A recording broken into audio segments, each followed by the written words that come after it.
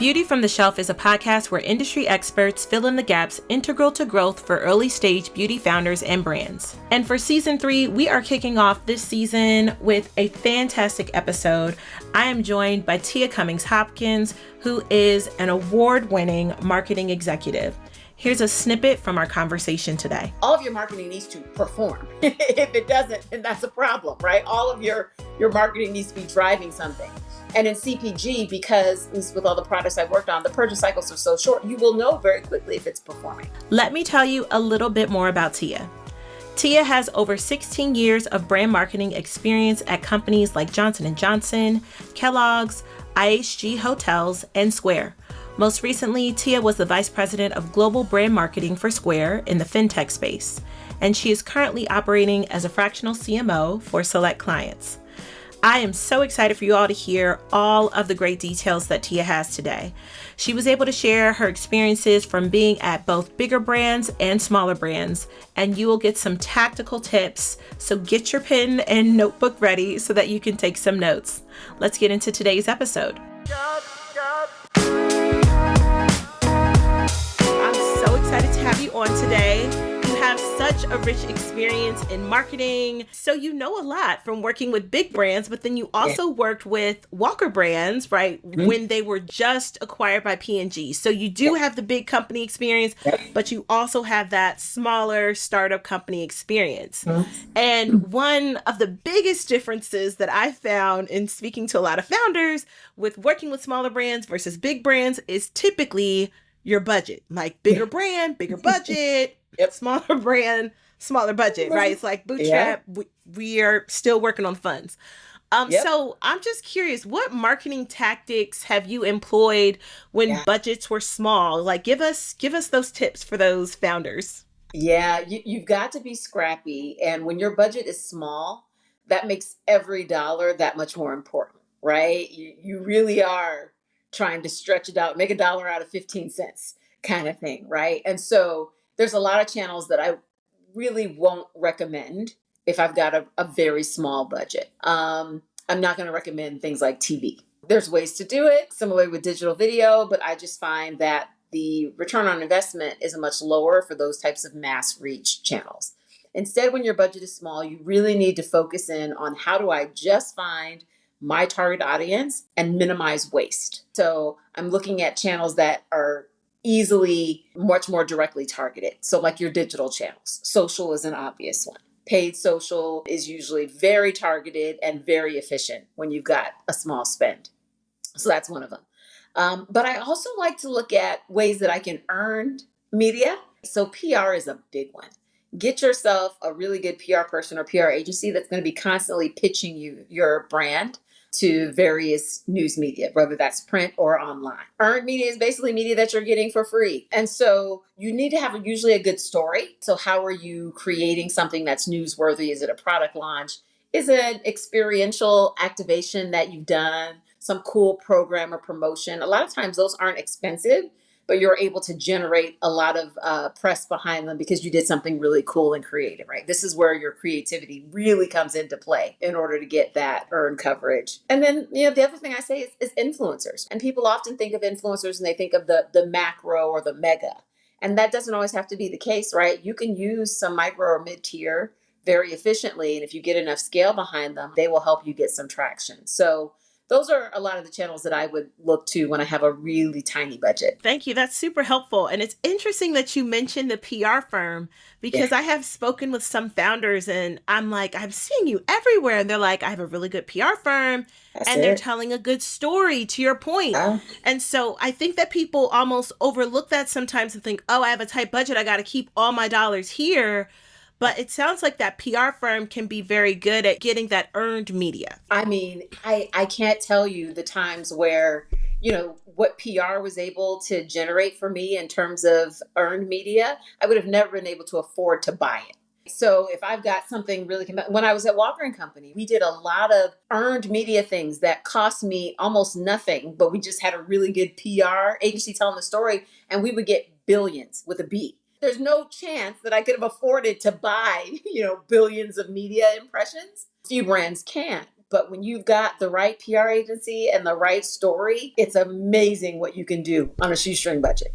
Sounds like a match made in heaven. And then just to make sure we're all on the same page, because I know a lot of the folks who listen might not come from a marketing background, can you Yeah. just let us know, remind us what earned media is? Because we Yeah. might be able to infer it, but I want to make sure we give the definitions too. Yeah, it's literally media that you earned and didn't pay for. When I buy an ad spot, right? Whether it's a TV ad, a print ad, a digital ad, I paid for those media impressions. Paid a media agency or someone like Facebook run these ads, NBC run these ads. I paid for that. Earned is really where you didn't pay for it. So I have someone pitch Essence magazine. Hey, I've got this cool story or this cool experiential thing we're doing. Can you write about it? And they will. And I didn't pay them for that, but because I gave them something newsworthy, they covered it. And then I got free media because of it. We call it free. Yes, in most cases, you're paying your PR agency, but I didn't pay Essence to write about this thing. I didn't pay Blevity or any other press outlet. They are covering it for free because I'm giving them a piece of news that helps them. So that's what earned media is. Thank you so much. Yeah. I hope those that are listening are like, okay, now we're going after earned media. Let's do it. As we think about some of those tactics that you just mentioned, you talked about earned media, of course. You talked about influencers, not necessarily the big ones, social, of course. I'm curious, once you've employed said marketing campaign, how can brands look at the campaign, or what should they consider to ensure that they're building an effective marketing campaign? Because I know lots of brands that will do marketing and it's like, is this working? I mean, you've got to measure what you're doing. And the biggest thing is you really need to set out what are your campaign goals at the very beginning before you even build your campaign. Because there's different types of campaigns. Is this an awareness driving campaign? Meaning no one knows about my brand and I just need to get a bunch of eyeballs. Is this a trial driving? It's like, no, people know about me, but now I need to get them to want to buy me and try it. Because the tactics that you use will be different depending on the campaign. Is it a changing perceptions? Like people know me, but they think this about me and I need them to think this instead. So whatever your campaign objective is, that's going to drive the channels that you use and the messaging that you use, right? So you have to start there. And then you need to figure out what are your clear KPIs? What are the things that I'm going to look at and measure that are going to tell me that this campaign is a success? And they're going to differ depending on the type. So, if it's an awareness campaign, you're going to look at things like reach. How many people did I reach? How many impressions did I get? If it's, you're using certain channels, you want to be looking at different media KPIs to see what was the cost of acquisition when I use this channel. Or if you are running a video campaign, how many people are actually watching this video through to completion, your video completion rate? If it's something short term, let me look at sales. Have I noticed a growth in sales, or is it website traffic because you're an e-commerce brand? Hey, did I get more people to click to my site? Am I getting them to stay on my site and scroll down and look at different things? Right. There's a variety of different KPIs. There's almost too many, but the way I love to say, break it into categories. Look at your business metrics. So things like your sales and your web traffic. Look at your media KPIs, like how each of your media channels is performing. And then look at your brand health KPIs to see, am I driving brand awareness long-term? Or am I driving a positive NPS score, right? Net promoter score, people thinking favorably about my brand.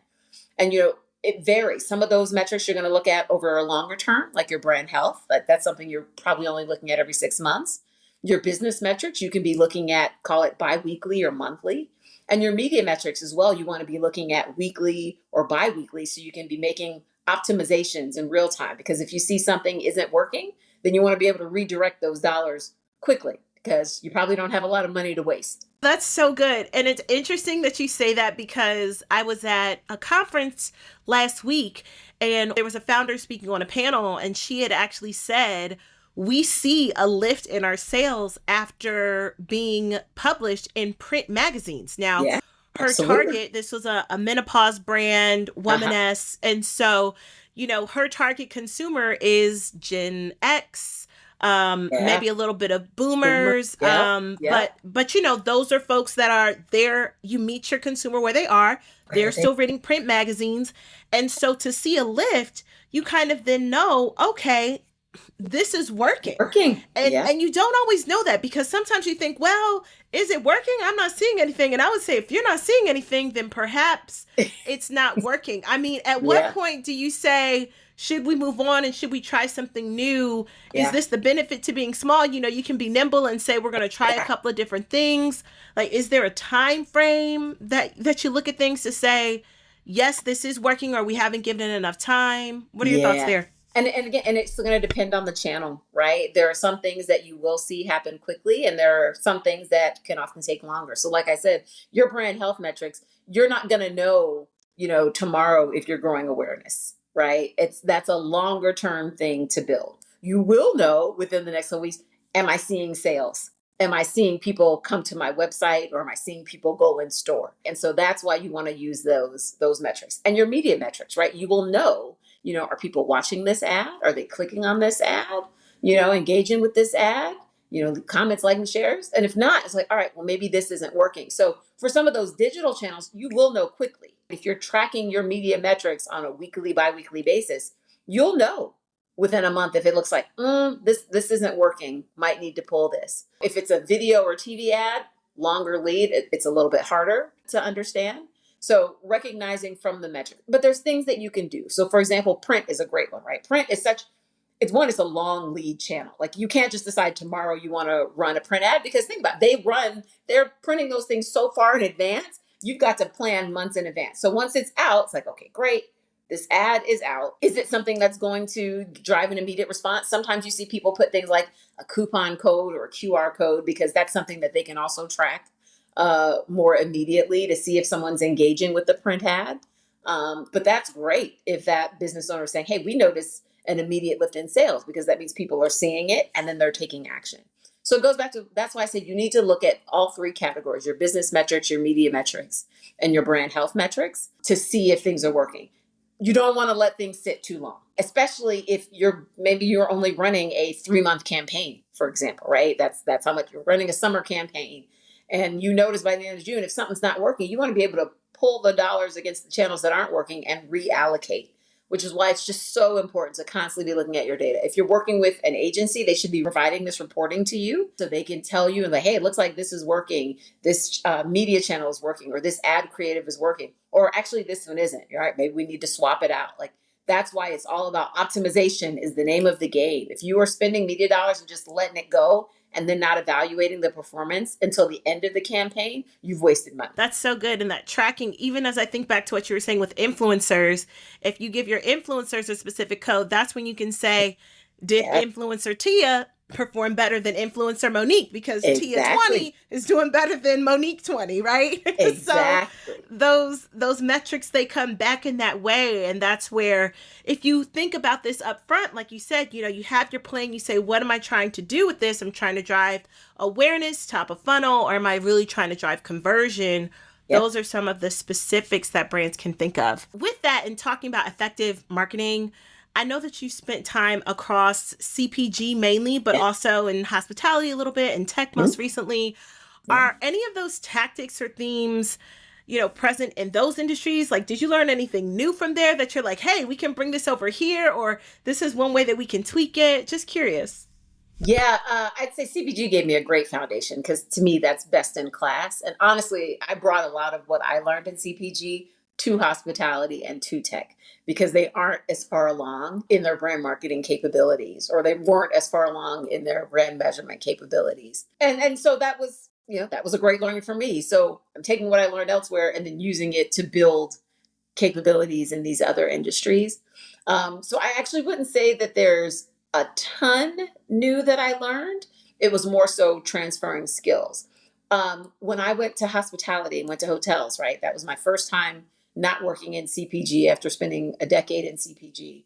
And that's where I really learned about performance marketing direct to consumer. Because when you think about hotels, and never thought about it before until I'm in the industry, but everyone will understand this. When you go to book a hotel, or even if you're booking a plane ticket, how many of us go to a Priceline, Travelocity, Expedia first, right? As opposed to going, I'm just going to go directly to Delta. I'm just going to go directly to IHG or directly to Marriott, right? And so the goal of a lot of these hospitalities, like, I want you to come directly to me. I don't want to have to pay a third party, fees because you booked through them, right? And so we spend a lot in performance marketing. This was my introduction to performance marketing, came through hospitality, because it was all about how do we get people to click on our ads and book directly with us. We make more money, we have higher profit margins if people book directly with us. Um, and so that was my first, exposure to that. And now you see performance marketing is just, people talk about it everywhere. And I think in the best instances, you marry performance and your brand work, right? They shouldn't be seen as two separate things. It should be seen as one part of the funnel. And that's a lot of what I've now tried to bring everywhere else I go. So when I went to Walker, right, it's brand and performance working together to bring people through the funnel. Brand is what's going to bring people in and help you move them down. And then your performance marketing is what's going to convert them. And, trying to do the same thing when I was at Square. So that's, I think, the biggest shift I learned. From a brand side, or a CPG side, we didn't really talk about performance marketing. All of your marketing needs to perform. If it doesn't, then that's a problem, right? All of your marketing needs to be driving something.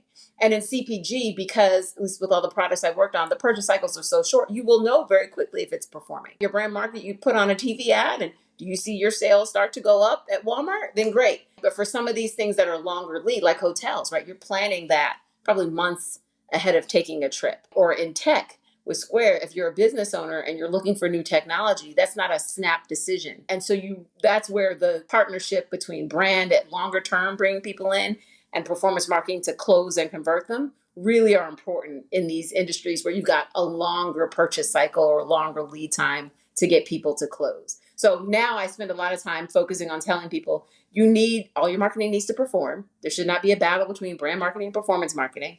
But how are you bringing people in and moving them through the funnel? So I would love for you to first just clarify how you see performance marketing to make sure we're all understanding what that definition is.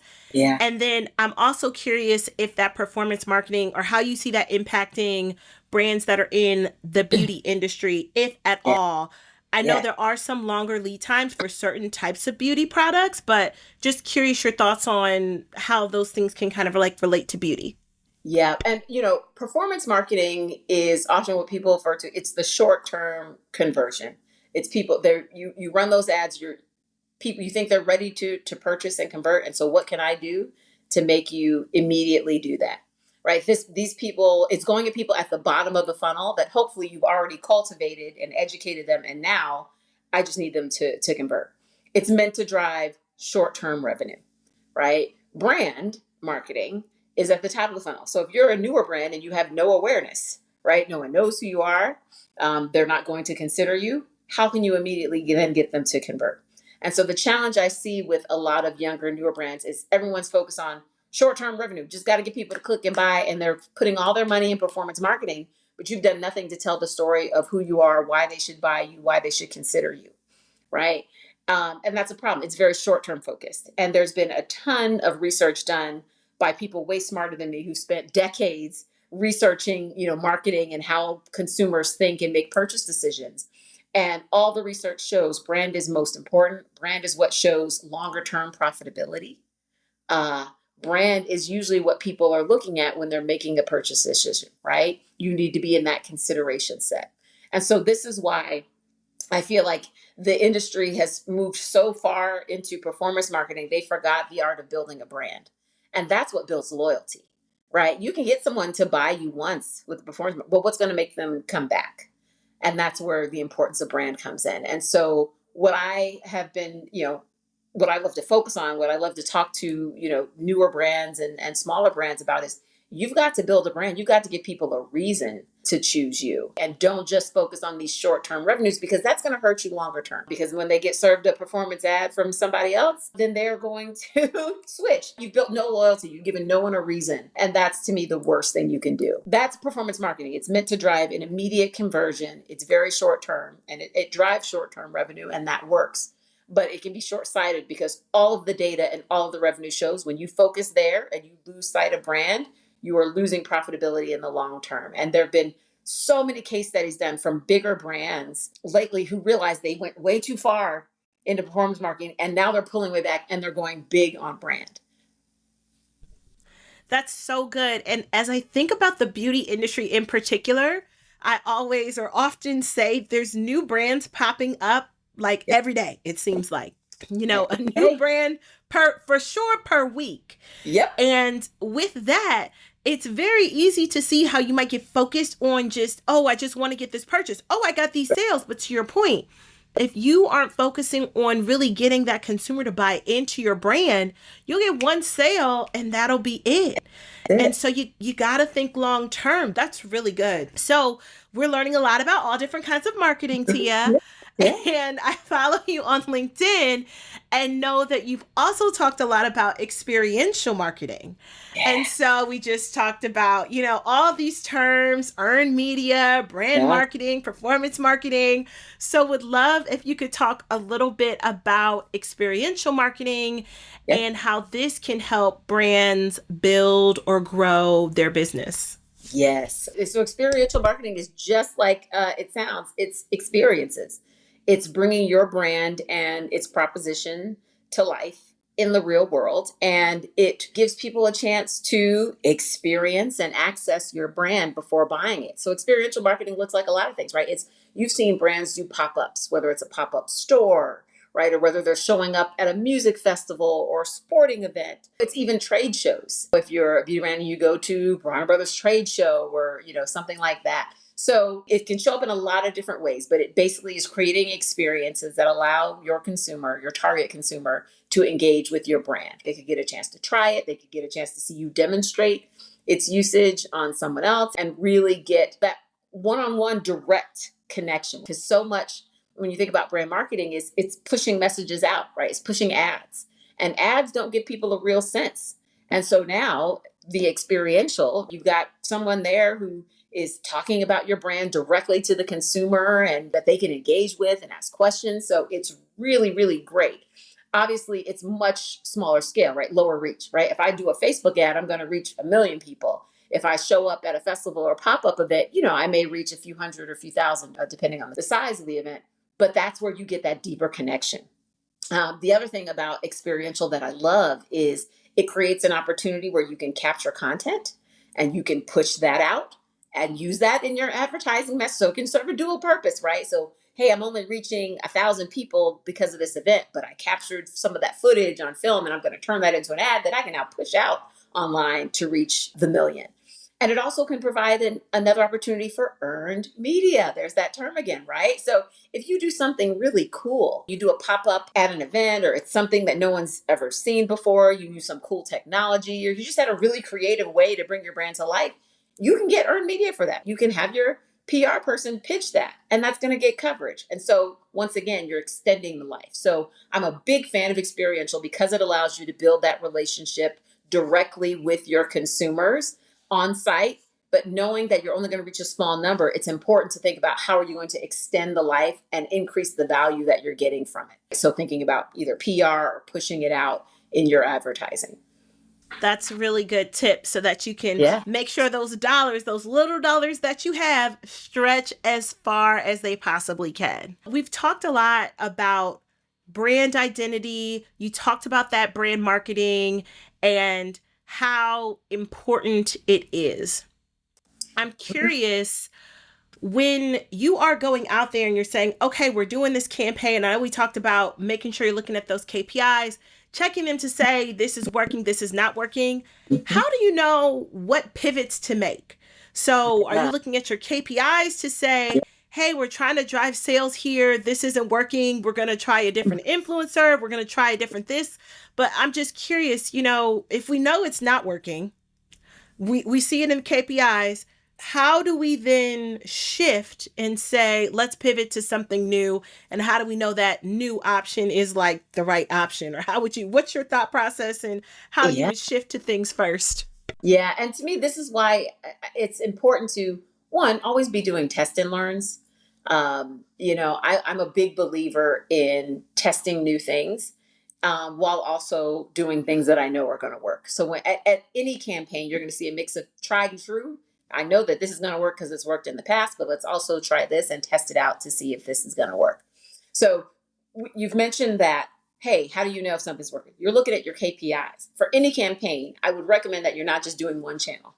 Don't just put all your eggs in one basket, because then it's a lot harder to pivot. Depending on your budget, you could be having 3 channels, you could have 5, you could have 10, just depends on the size of your budget. I will say always ensure that you're spending at the minimum sufficiency level. You can't think, I'm gonna put $5 here, $5 here, $5, and that's gonna work. All right, every channel is gonna have a minimum spend level that you need to hit in order to make sure you're seeing any effectiveness. So when you're looking at your budget, and let's say you have $250,000, okay, I'm making that up, but like, okay, well, how much do I need to spend on Facebook? This is a 3-month campaign. How much do I need to make sure I'm hitting the minimums? Oh, I might need to spend 100. And again, guys, these are just example numbers. Don't say I'm saying, but I'm telling you, like, if the minimum spend is 100, then well, there goes a big chunk of my budget, to Facebook. And so, well, what's the minimum spend for this channel and this channel? So always start there. Make sure you're spending at the minimum sufficiency levels, or you're not going to see anything. You won't be able to measure anything. But then that's why I say you're looking at these reports on at least a bi-weekly basis. So let's say your budget, you were running on 3 different channels, and you're looking at your media metrics. Okay, this one's working good. People are clicking here. They're reading this. I'm seeing this, convert. You're not going to necessarily know which channel is driving your sales directly, because you've got 3 different channels. So this is where looking at your media metrics is going to help you see, okay, this is one seems to be driving everyone to my website. This channel is really working. I'm looking at this influencer. Man, no one is engaging with this content. She has 2 comments and 10 likes. This ain't working. So I'm going to pull that spend. I'm not going to put any more money against this influencer. But this one, man, her engagement rate is just killing it. Let me put more money here. Or moving it within channels. So you've got one good influencer, one bad one. The one that's not working, I'm going to pull that money and, man, I'm going to put more into Facebook because I see that one's just really churning. So this is why I say you have to constantly be looking at your metrics on a regular basis. That's the only way you're going to know. You can't wait till the end of the campaign. Look on a weekly or bi-weekly. It's going to depend on the channel, and it's going to depend on the KPI, how frequently you can look at it and get accurate data. But always be looking at it. If you have a media agency, they should be helping you make these recommendations, because they're going to be able to help analyze and say, hey, this is really working. We want to put more money here. This is not, we're going to pull the money here to put it where it's working. Or we're running 2 different ad creatives on Facebook. This one is killing it. People love this and are engaging. This one, not so much. We're going to take it down and just put all of our money behind it. The only way you know these things is by constantly looking at the data. And this is why I tell people you really need to be very analytical and comfortable with analyzing data to be an effective marketer.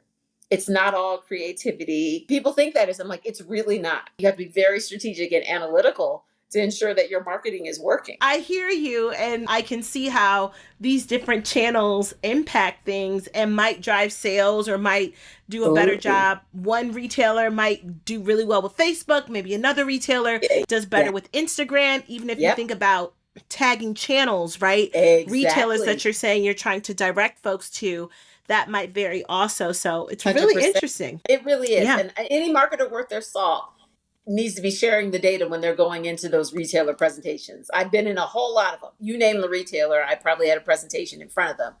You need to be sharing the data and explaining why we're doing this and how that's going to benefit the retailer as well. Oh, that's really good.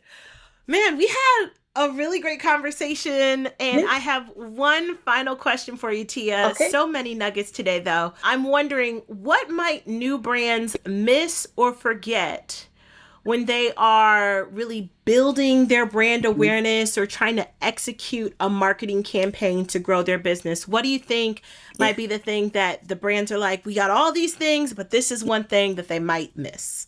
Yeah, I always say, right, everything should be built based off of your target consumer, and understanding where they are spending their time, where they are most likely to engage. But the other thing that I think people overlook, and I focus on this a lot, especially when I've been on smaller brands, is where is your competition investing? Where are they spending money? And how much are they spending? Because if you have a competitor who has a bigger budget than you and is playing in a lot of the channels that you are, you risk not being able to break through. And you risk your spend actually being attributed to this other brand because they're bigger. And people are just going to assume, oh yeah, it's so-and-so's brand. It's like, no, that was mine. But you're overshadowed. And so one of the things that I love to do is, I look at the landscape. Where are my competitors investing? How much are they spending? Where are they not spending? Where is their white space opportunity? So your target audience, right? Let's say it's a Black woman, 25 to 45, and she's affluent and makes this much money educated.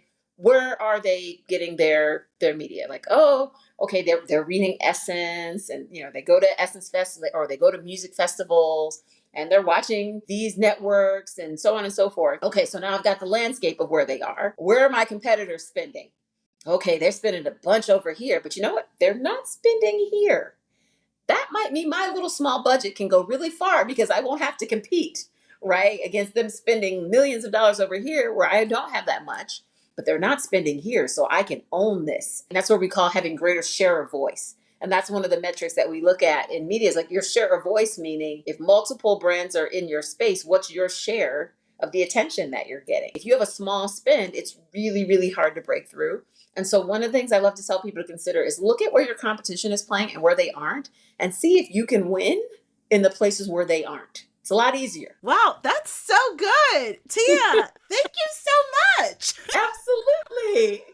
I feel like this was like crash course in marketing. If you didn't get an MBA, listen to this episode, because you're getting all the nuggets, the definitions, the key things you need to really know what to measure, know how to drive things forward. Obviously, you have to apply it then to your brand and do that additional work, but this is really laying a great foundation for marketing, building awareness, building out campaigns, and giving ideas of different ways to drive the campaign. So thank you. This was so insightful.